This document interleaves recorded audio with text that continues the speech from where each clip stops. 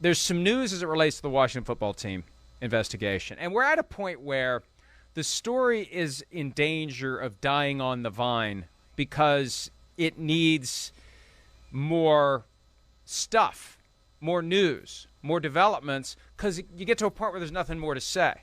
You get to a point where we can't come on here every day and say, hey, they need to release the emails. Well, unless there's somebody with more power than us, somebody who officially takes action, it's not a story. Unless there's another development, another disclosure, another piece of reporting, there's nothing to discuss. I got something to discuss. And you know what? I also got some more that maybe we'll be discussing tomorrow. I want to give the NFL a chance to chime in before I report it, but I picked up a couple of things before the show that I'm very intrigued by, but I want to be fair to the NFL and give them a chance to respond, chime in, whatever. But this is what the NFL told me earlier today, because I was trying to find out two things. Yeah. And I haven't reported this yet at PFT, Shireen, so I guess this is the first time that we're disclosing it. I wanted to know, did they look at emails only or text messages as well as part of the workplace investigation that resulted in the Gruden emails, the Jeff Pash emails, all of the emails to and from Bruce Allen? And also, how did they determine the 650,000? Where did those come from?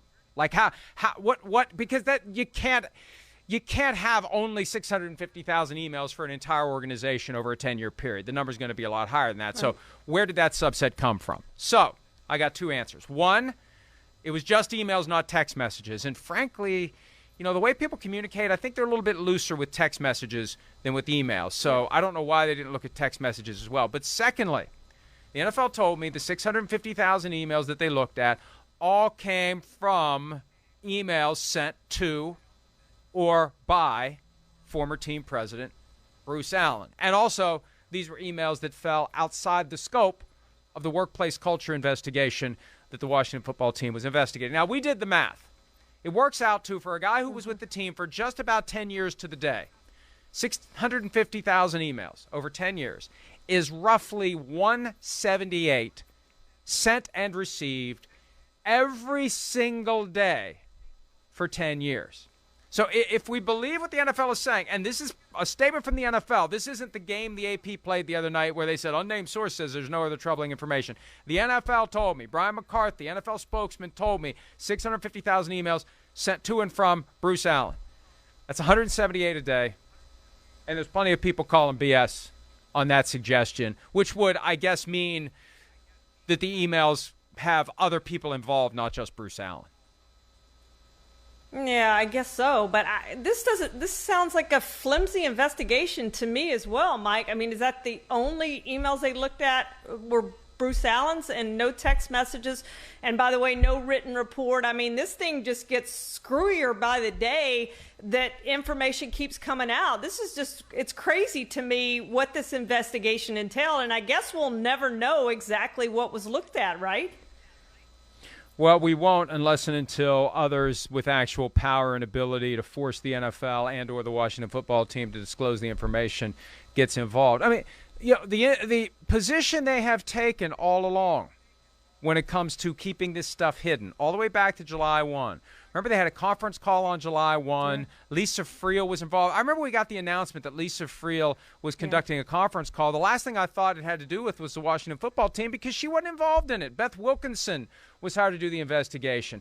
Lisa Friel does the conference call. Jeff Pash is on the line, but not really involved. And one of the talking points that Friel recited was this idea that they're not sharing any specific information because some of the current or former employees who came forward and provided information to Beth Wilkinson as part of the investigation wanted confidentiality. Well, they still aren't familiar with the concept of redaction. There are ways to protect people's identity and still communicate to the world the concerns that were raised. But if they're going to say these 650,000 emails all fall beyond the scope of the workplace misconduct investigation, it's not an issue. It's two different worlds. Hey, we're keeping everything related to the workplace misconduct investigation confidential out of respect for the people who asked for secrecy. Fine. You got 650,000 emails that fall beyond the scope of it that were sent to or from Bruce Allen. The concern isn't there. So the reason they're giving for not giving us anything by their own admission, doesn't apply to these 650,000 emails, Shireen. Well, and I'm confused how do workplace emails sent from a workplace email received to a workplace email fall outside the scope of an investigation of a workplace culture? That none of this makes sense to me, like none of it. So this is just crazy, and I don't know where this ends up. I don't know if we have more of these leaked. I don't know if people quietly go away and resign because these emails have privately been sent to them and said, this is what we have, we're going to leak these if you don't resign, as you've said, Mike.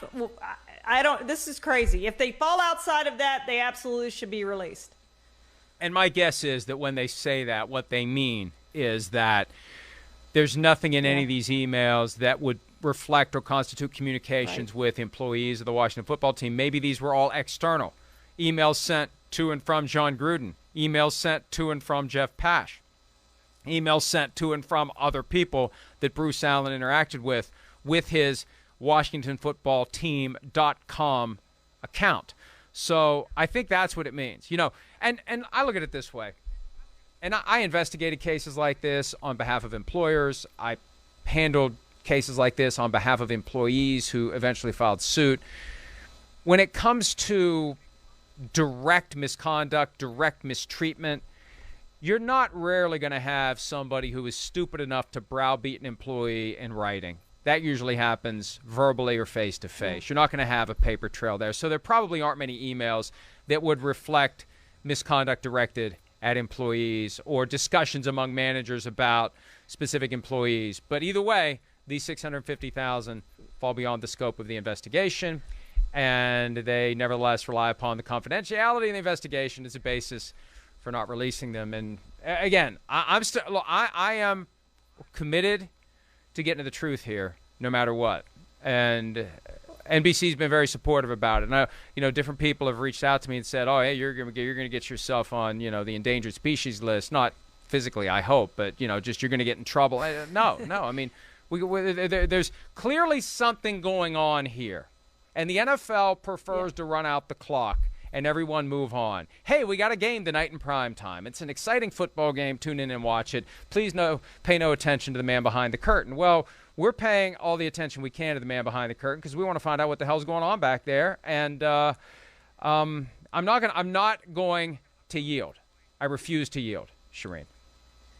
Well, one more question to you, Mike, on this. So we've talked about the emails don't fall into that. There was a picture of cheerleaders circulated from, Bruce Allen to John Gruden. Wouldn't that fall into the workplace culture that they were investigating? Well, yes, I think it potentially would. And it shows the attitude. It shows the mindset. It shows the manner in which these photographs were used by the guy who was the president of the team. So, yeah, I'm willing to accept them at their word that these documents aren't part of the workplace misconduct investigation because it makes the argument stronger that they should be released. Yeah. But they clearly show the poison, the toxic nature, everything else that's negative about what was going on with the team. So it's another reason to release them. Hi, I'm Mike Tirico, and thanks for watching. Make sure to hit subscribe for the latest news and highlights from NBC Sports.